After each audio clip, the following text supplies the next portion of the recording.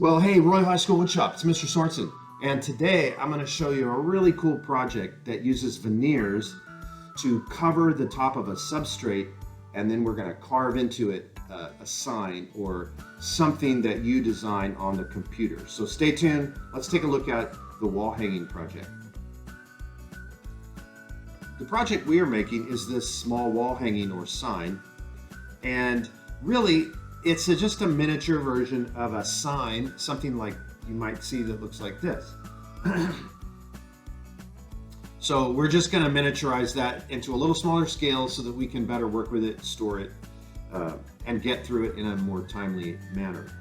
Now, the focus of this project is veneer.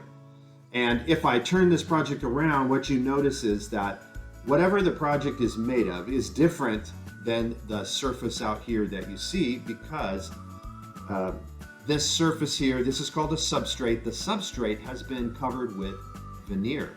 Now, what is veneer? Veneer is a very, very thinly cut piece of wood. In fact, it's paper thin, right? To the point that I can bend this and twist it and do almost anything with it because the piece of wood is so thin. Now, that does create a problem. It's hard to work with because it wants to crack and break, right? Thin wood is fairly brittle. However, it is a prominent feature in the cabinet and furniture industry. So we're going to be working with it as we build this next project. One of the other things that we often see veneers used for is creating patterns or pictures on a piece of furniture. You may have a piece of furniture like that at home. So here's a picture. This is a picture of a lake, an island, the sky with clouds, and a canoe paddling around the lake. That's all done with different colors of veneer. That's called marquetry. And marquetry is an ancient woodworking technique that we find probably as far back as the ancient Egyptians. We see pictures made out of thin layers of wood glued to the outside surface of a chest or a box of some kind that stuff's going to be stored in. Here's another project that we do in the Wood 3 class, and again you can see a picture glued on the outside of this box, and these pictures are made out of different colors of wood, cut into little shapes like a puzzle piece and then glued back together on the surface of the box. Again, that's called marquetry. Well, another place where veneers are most often used is in cabinetry. Now, you probably have a set of cabinets in your kitchen or your bathroom. Here's a set of cabinets that came out of somebody's kitchen. And what you notice over time with cabinets, especially ones that are well built, is that they're in good condition, but they look tired. And you can see here, they're dusty and dirty. Oftentimes where you touch the doors and drawers, it starts to get dirty and the finish starts to wear off. Sometimes you can hire somebody to come in and sand all that down and put new coatings on it and it looks fine. Other times we might feel like we would like new cabinets. Now the problem with that is that a typical set of cabinets in a house is going to run somewhere from $25,000 or more. Maybe in a small apartment you would get away with less than that. But in most standard size houses, a new set of cabinets is going to be over $25,000 to replace all your cabinetry. To reface them, which means to leave the cabinets here, is less than half of that. So now we've gone from 25 down to around 12 or a little less. And the way we can reface cabinets is with veneer. So we're going to take the door and the drawer out.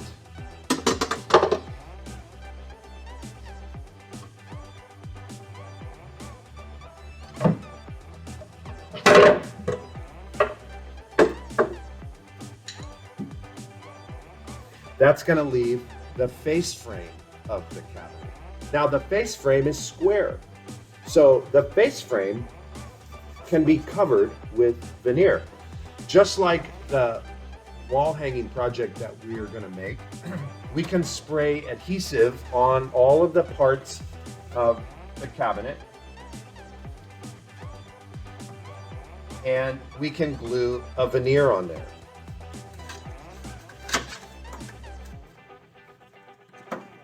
Now, when I do this, and I go back and I cut all these strips with the veneer cutter, and I glue them on with the grain of the wood running in the right direction, it's going to look like a brand new set of cabinets. It's going to look like it's maple, like this veneer that I'm holding up here, when in fact it's the old cabinets that have been refaced. Now, in refaced cabinets, we're then going to go and bring in brand new doors and drawers and put them back in the cabinet. And believe it or not, with this new cabinet with brand new doors, brand new drawers, but simply refaced boxes, which is what this is called. This is a box, a case.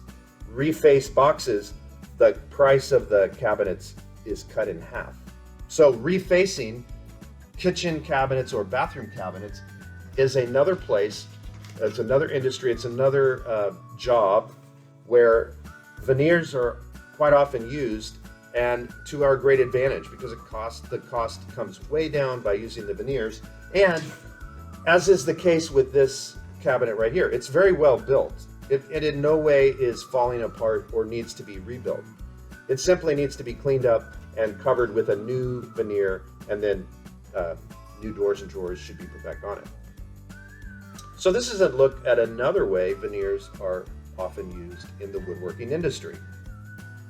Now, the California State Standard also says that woodworkers need to understand how to use and work with veneers. So the project that we are going to work on is going to be focused primarily on the uses and the tools and the processes needed to attach veneer to something.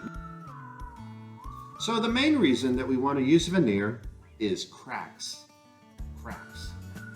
So when I look around and find solid wood in the wood shop, oftentimes I find cracks in it, right? This piece here has got bunches of cracks in the end, and that is a hallmark of solid wood. Now, doesn't mean we never use solid wood. It just means that one of the features of wood is that over time, as it dries out, you start to get cracking along the edges of that. And that creates a bit of a problem, right? If you have a piece of furniture that sits in the sunlight or sits where the temperature changes, like next to a heater or next to an air conditioning, so the temperature is rising and falling, what you probably will find over time is that eventually you end up with cracks in that piece of furniture. I've never seen a crack in a piece of plywood. Plywood is built differently, right? It's a man-made material that's built up with layers of veneer glued together with chemicals in there. And a nice feature of plywood is it's extremely stable. No amount of change in weather is going to cause this to crack, and it has to do with how the grain of the wood is laid into this piece of plywood. To build a piece of plywood, we're going to start with a ply or a layer. Next, we're going to add onto it another layer, but we're going to take the grain of the wood, and on layer 2, we're going to turn the grain of the wood in a different direction. Next, we're going to get another layer, and we're going to take the grain of that wood and put it in a different direction. Now we have a third direction. Layer number 4, we're going to go back to the original direction and change the grain of the wood once again. So you can see, by building this piece of plywood out of lots of layers, and by taking the grain of the wood and turning it in different directions as we stack all of these plies up, eventually it's almost impossible for any one layer to crack and separate, because there's another layer glued on top of it that's holding it and keeping it from being able to separate or crack. That's the beauty of plywood. So let me take a few minutes now to show you how we build this project called the wall hanging. So what we have here is we have a substrate, right? There's one of our terms that is the backing material. This is called MDF. And we're going to veneer it with another kind of material. In this case, we've got mahogany. And so from the front, it looks like a piece of mahogany. It's not until you turn around and back, you realize that it's actually MDF, which has a veneer over the top of it. And most of the furniture that you have at your house is built like this. And so we're gonna learn how this process works, and we're gonna actually build a project with all the tools that we've learned about, the terms we've learned about, and the materials. Here's how you're going to start. You're going to start with the substrate, the piece of MDF. And what we're going to do is when we reface, we start by covering the edges. We want to put the final piece on the face, and so when you look at the face of the board, it looks solid. If the board had a dark ring around it, it would give it away that this was not a solid piece of wood. But if we look at the face and it looks like a solid piece, then it appears solid, even though in fact we've wrapped MDF with solid material. So we're going to start with that. We're going to start by edging it. And to do that, we need a piece of veneer. Today we're going to work with a piece of walnut veneer. And we're going to actually, if you use the big pieces of veneer, you should be able to get your project out of one piece. If you use the smaller pieces of veneer, you're probably going to need two pieces. Half for the little strips that go around the edge and half for the big piece that goes on the face. So this piece should do both. I'm going to simply take and make sure I have a piece big enough for the face, and then I'm just going to use a utility knife and put a cut across the face of that piece and break it apart, right? So I'm going to set aside the half that goes for the face for later, and now I'm going to use the laminate cutter. Okay, so we're going to use this. This was one of our tools of the day. And the laminate cutter is going to allow me to cut off the thin strips that I need to go around the edge. This is approximately a 1-inch thick block. So on the veneer cutter or laminate cutter, I'm going to use this ruler. I set this little track at a little bit over 1 inch. So I'm at about 1 1/8 inches. And then I simply take the veneer, put it in this little track, and pull it through the veneer cutter. And it's going to slice off little 1-inch thick strips of veneer. So I'm going to need 4 of those.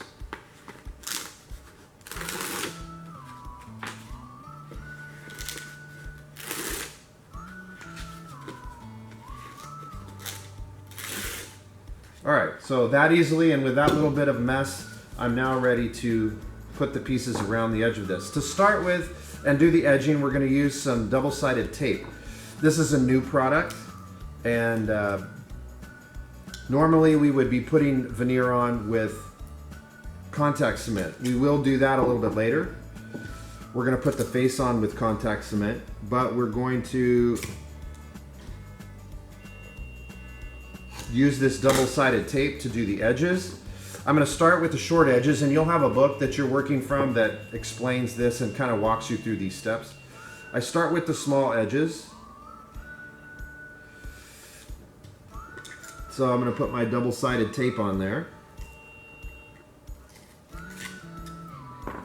And the reason I start with the 2 small edges is because if this was a drawer face and I walked up to my cabinet and looked down at it, I want the top looking solid. For the top to look solid, I have to make sure the sides go first. That gives the piece, the drawer face, the appearance that it's solid wood. All right, so now I'm going to take one of my little strips. I'm going to take my double-sided tape, and I'm going to peel the tape off. When I peel the tape off, make sure you leave the sticky part behind and you don't pull the whole thing off. Now I'm going to take my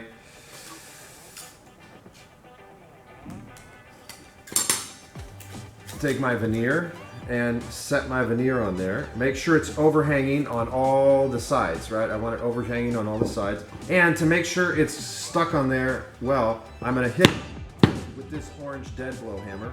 I don't want to hit it directly on the veneer or the laminate, or it will break it, right? I have a danger of snapping it off, and then once I've cracked it and broken it off, I'm going to have to take that off, put a new piece on. So putting a block on there and then hitting the block helps to keep from damaging the veneer. Now that that's on there, I'm going to pull up 2 of the hand tools, 2 of the veneer tools that we looked at in our tool of the day. This corner trimmer goes first. I'm going to stick it on there and snap that corner off. Put it over here, snap that corner off. And then I'm going to take the edge trimmer. Make sure, right, it's really important for this to work. You got to make sure that the arrows are facing in the direction that you're going to be cutting. The grooves that are, or the overhang fits in the little grooves that are on the face of the edge trimmer. Then I squeeze the edge trimmer up tight against the edge of my board and push it across, and that piece is now cut perfectly flush all the way around, and no power tools. I'm just using these. The nice thing about these tools is they make for much less mess if I'm doing all this in somebody's kitchen. All right, so now I'm going to go to the opposite side. I'm going to peel off the plastic. I'm going to put on the next piece of veneer using my block. Tap that on. Do my two edges. So I do the corners first.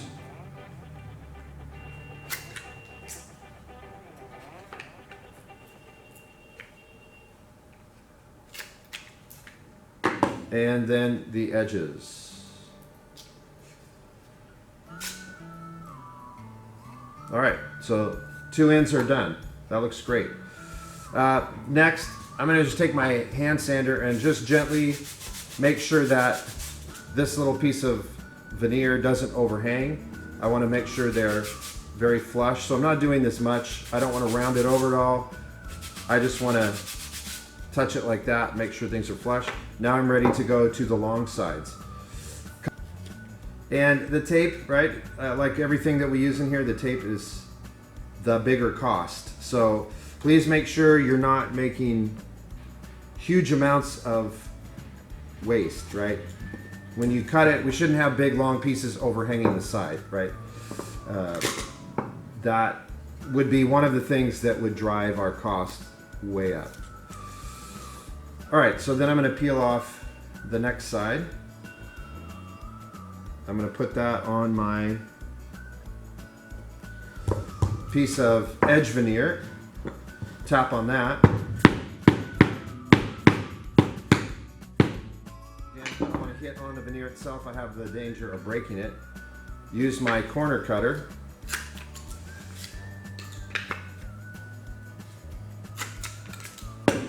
And the edge trimmer. And that side's done. Now I'm going to come back, do my last side, and my edges are finished. Once we're done with the edges, then we can turn our attention to the face.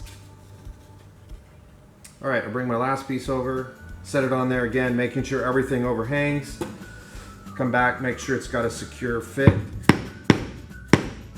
Tap it on using a mallet. I'm going to trim the two corners off using the corner trimmer, and come back, trim the edges off using the edge trimmer. All right, and there's the finished block. Very quick, very easy, almost no time at all. Now, any sanding I do on this block needs to be done with just my hand sander, which is the one that we made in class. This, you've worked with it now. This veneer is going to be paper thin. It's about the thickness of some cardstock. If you sand with power sanders on this, you're going to sand right through it and ruin your project. It's one thing on a project, it's another thing in somebody's $10,000 kitchen that you're now going to have to go back and redo the parts that you just messed up. So we really want to limit our sanding with the sanding block. I'm going to pick the best face, and very carefully, I'm just going to scratch it up a little bit and also make sure that my walnut veneer that goes around isn't overhanging on the front here, because that's where I'm going to put my face piece. All right, this is now ready to go. Here's the piece of walnut veneer that's going to go on the face of it. All right, now we're going to work on putting the face veneer onto the front of our piece here. And to do that, we're going to use 3M's High Strength 90 spray adhesive. This is contact cement. So you'll get another chance to see how material can go on. This tape is a newer product. It's something that's very quick, easy, doesn't require a lot of mess. It works great for little pieces in a house that you might need to put on. But for an entire project, this may not be how you want to do the whole thing. You may want to go to spray adhesive. So you'll get a chance to see how both work. To start with, I'm going to wrap the edge, the nice edge that I just put on, with masking tape. I don't want this glue, this spray adhesive, all over the walnut that I just trimmed this out with. All right, so I'm going to wrap that in masking tape, and then I'm going to put that on a big piece of scrap paper. In the finish room, there's some scrap paper that you can get and put down in front of you. You'll do all of this spraying in the finish room so that you can have on the exhaust. All right, when I use the spray adhesive, first of all, I want to put a nice textured surface that's very uniform across both pieces. I do not want globs and globs and globs of spray adhesive on there. So I'm going to keep the spray can about 12 inches, 13 inches away, and I don't just spray it and make a big mess on it. I'm going to be very careful that I end up with an even texture on both the substrate and the face veneer that's going to go down on here. And it's going to look something like this. The spray can, the spray adhesive sprays out a very uneven fan of glue, and I'm going to use that to just make sure that I've got a nice consistent texture over the whole block. And I'm going to turn the block while I do it. I'll turn it the other way to try to even out the texture a little bit. Essentially what I'm trying to create here is something that would sort of rival Velcro, right? This glue needs to have texture to it so that the texture on the face veneer will go together and they'll grip each other. If this gets wiped out and it's smooth, if you rub it off because you get a bubble or something like that and it becomes smooth, it really isn't going to work for our product. So that one's done. It's got a nice texture. I really always check the corners. The corners are the places where it's most likely to not get sprayed.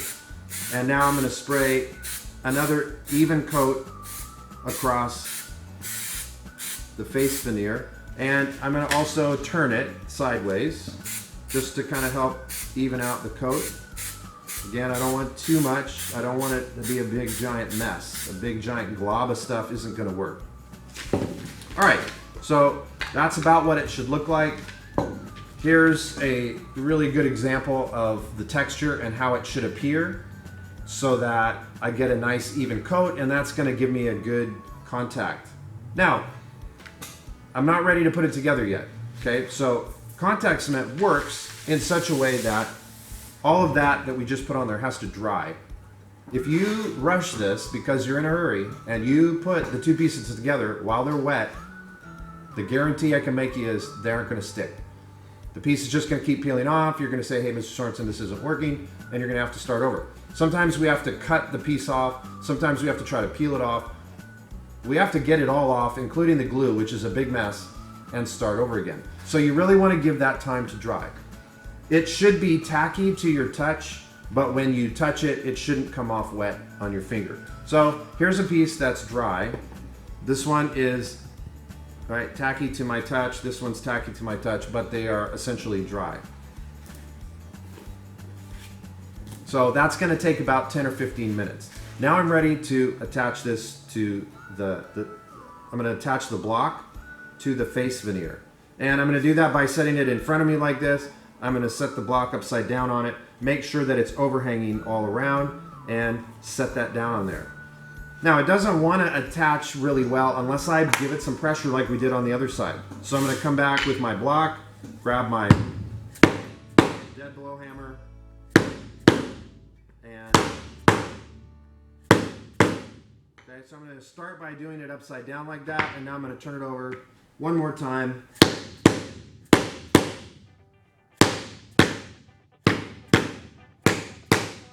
Make sure I've put plenty of contact on there. All right, that's ready to go. Now we're ready to move on and trim this off. So to start with, I'm going to come back and I'm just going to use my utility knife and I'm going to cut my veneer off relatively close to the edges of the substrate. Then I'm going to take this to a flush trim cutter. So that's one of our terms, one of our tools. All right, so I'm going to use the router table here, and I'm going to come over. Whenever possible, I want to make sure I use the the guard. Obviously, the more I use the guard, the more likely I am to keep my hands out of the blade. Also, when I do this, so I'm going to make sure the guard is tall enough that the block will slide underneath it, but no taller. And that's just going to help protect my hands, keep my hands from deflecting. I also want to take the tape off. So I'm going to unpeel the tape here from around the block that we just worked on.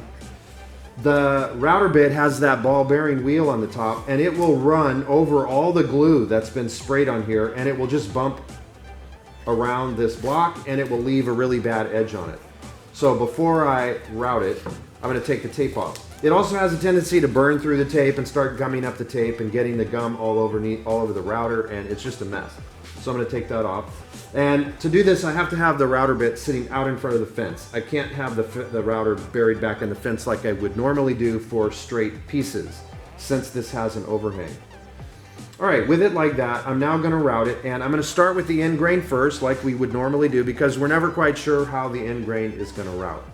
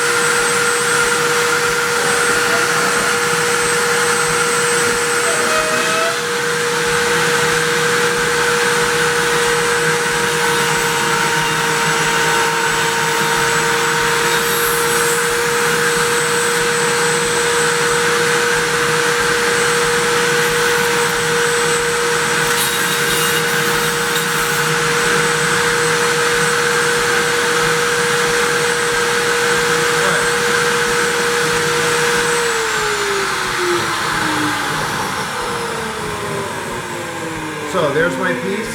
I can see that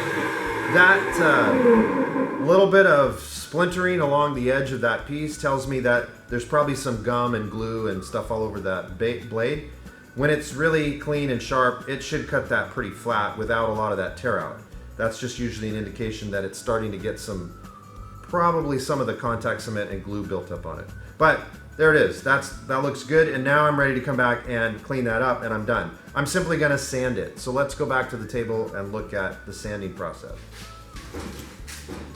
All right, so I'm now ready to come back and finish this up. That's really all it takes to do the majority of the work, and the last little bit's going to be sanding. And again, you don't want to go and use a power sander on this, or you'll sand right through that veneer. It really only takes about like that.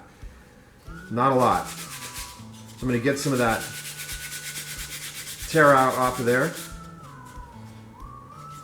Work my way all around each side.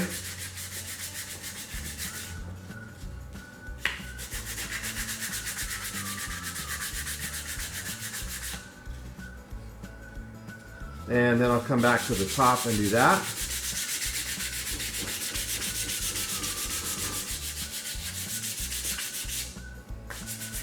Again, just kind of looking for any place where I'm still seeing any splintering.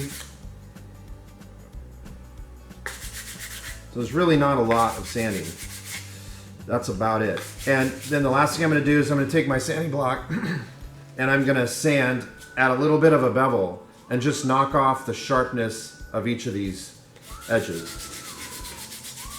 So I'm going to sand a little bit here. And I just don't want the edge sharp. Again, we've mentioned that it can cause it to peel back. It's also, when you're touching it, when you're grabbing it and working with it, it's kind of sharp. And it also helps to get some of the last little pieces of splintering off of that edge. And put it out of 45 and just kind of knock off the sharpness on that edge. And there it is. Very quick, very easy. It really has taken me not very much time, probably 20 minutes or so, and the whole project is done. Now, that's a big difference between people that 3, 4, 5, 6 weeks into working on this are still kind of wandering around with it. It shouldn't take that long, really. This is a 1 week project and you should be completely done. Now there's 2 things that I have to do to finish this up. 3 things. Number 1, I need to cut a hole in the back. The back is going to have a little hole that allows you to hang this on the wall. So we need to put that in there. Then we're going to put finish on it, and then we need to take it to the CNC mill behind me and carve our graphic into it. So those are the things we're going to do next. To start with, let's go back to the router table where we have the Keyhole Router Bit set up, and let me show you how you're going to put the hole in the back of your project. All right, this is called a Keyhole Router Bit, and we're looking at that on one of our router tables. That's the router bit that you're going to need to use for the hole in the back of your wall hanging. Let me zoom out here and I'll show you how this setup and routing process works. We're going to start with our block, and we need to find the center of it. It really depends on how you want it to hang. If you want it to hang this way, we're going to find the center here. If you want it to hang this way, we're going to find the center here. I'm going to do mine the long direction. So my first job is to take my ruler and find the middle. Now here's a good application of your measuring, right? So my length here is 3 3/4. Half of 3 is 1 1/2. Half of 3/4 is 3/8. So that makes 1 7/8. I'm going to put a mark right here at 1 7/8. There's the middle of my piece. I'm now going to lay that piece down on the router. The router blade should be set, it's about 3/8 of an inch up above the tabletop. The fence should be set about roughly an inch behind the router bit, behind the Keyhole Router Bit. I'm going to take my pencil mark, set my block of wood up so the pencil mark is lined up with the center of the router bit. And now I'm going to bring into play these 2 stop blocks. I'm going to put one on each side of my wall hanging. All right, let's take a look and see how this process is going to look up close. First thing I want to do is make sure that I have the router bit about 1 inch to 1 1/4 inches in front of the fence. So I make sure the fence has roughly 1 1/4 inches here. Next, I want the router bit about 1/2 inch off of the table surface. Next, I'm going to locate my center mark, and I'm going to line the center mark up with the center of the router bit. So now my router bit and my center mark are lined up directly in line. And now I'm going to pull the stop blocks up next to that. I want to trap the block in there. Not tightly so that it cannot move around, but I want to trap it in there so that I don't have a lot of movement left and right. The only movement that I should have is forward and back. And then I'm going to use the F-clamps to clamp that in place.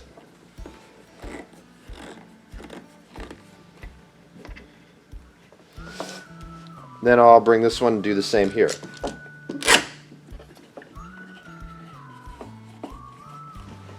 All right, and then I just need to make sure that that slides back and forth. That's really the motion that we need. Now, the next thing is I don't want this block, my wall hanging, to slide too far, or I will take my hole and I'll just route right up and off the edge of the wall hanging. So the block should only move forward about 1/2 inch to 3/8 of an inch, and then I need it to stop. So I'm going to make one more addition here. I'm going to put one more stop block right up against that. And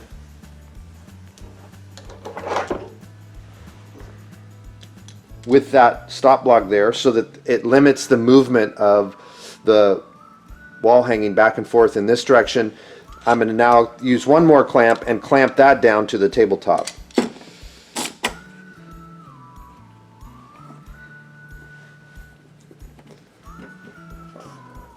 Alright, so now the block is trapped in there where I want it.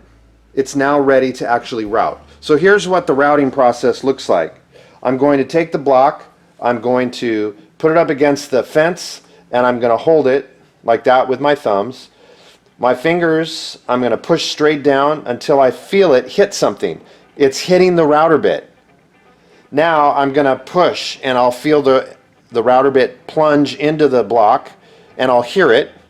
When it stops again, now my block is resting on the tabletop. Then I'm going to put my finger over the edge of the block and pull it forward until it hits the stop block. When it hits the stop block, I'm going to push it all the way back against the fence, and then at this point I would take one hand, hold the block steady, and with the other hand I'm going to reach underneath the router table and turn off the router. Then I need to just stand here and hold it till I can hear the router bit stop spinning, and then I'm just going to look up underneath the router table to see if the blade is still spinning. As soon as the blade has stopped spinning, then I'm going to grab the block like this and just lift it straight up off of the router bit. If you mess with it and if you pull it out like that while the router is still cutting, you're going to end up with a giant mess back here, and it'll be very obvious, right? When you turn it in, it'll be obvious what you did. You didn't follow the instructions, you didn't wait until the blade was completely stopped and then lift it straight up off of the fence. Alright, so I'm ready to route the hole in the back. We've gone through and looked at the setup. We've got it set correctly. So now I'm ready to route. So I'm going to do the same process you just saw me do with the machine off. I'm going to do it completely over again, except now you're going to see me do it with the machine on and cutting. I reach underneath, turn the machine on. Set the block against the fence.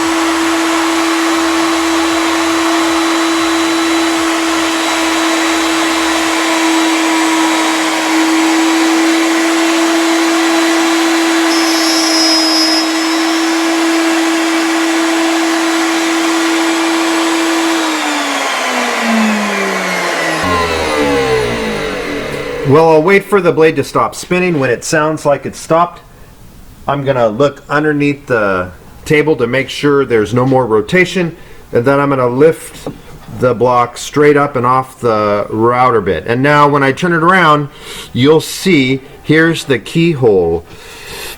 That is a woodworking technique that's often used when you're going to make a picture or a plaque or something that needs to hang on the wall. Now, if I take a screw and I put the head of the screw through that big hole and then I set the plaque on it or set the hanging on that screw, it's very hard to get that screw out of that hole unless it's lifted up. So it's very unlikely, even in the case of a earthquake, that this picture would fall off the wall. All right, we're almost done. We've got a couple things left to do, so let's move on to our next step.